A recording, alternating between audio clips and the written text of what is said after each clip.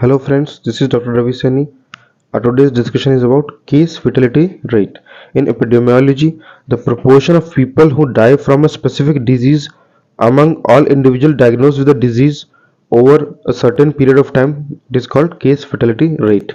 Case fatality rate typically is used as a measure of disease severity and is often used for prognosis, where comparatively high rates are indicative of relatively poor outcomes.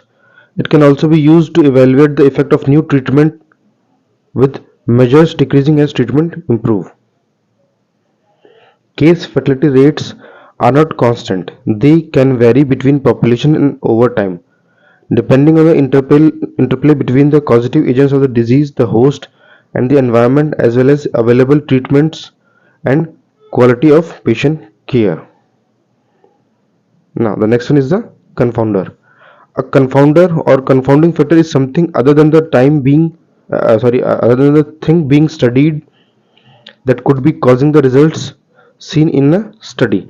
So, confounding factors are those factors which may affect the values of parameters that is being studied and cause the results different in respective values of these parameters.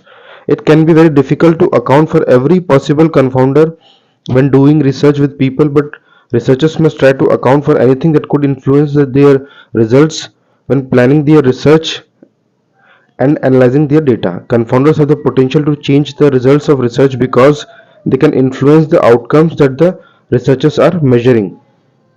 Research that concludes that there is an association or correlation between a factor and an outcome, like for example high alcohol consumption and liver disease, should also consider whether there might be any confounding factors.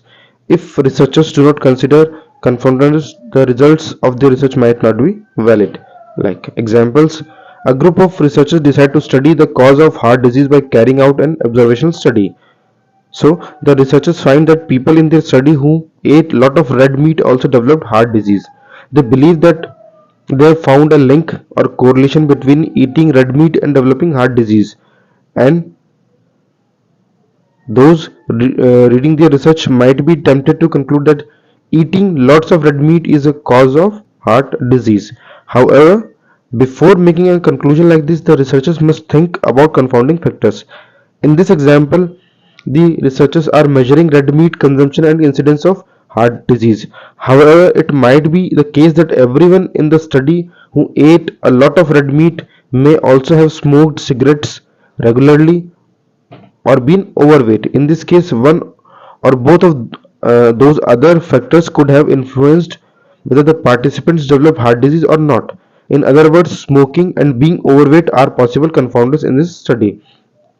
So, it might be possible that red meat consumption and incidence of heart disease have correlation,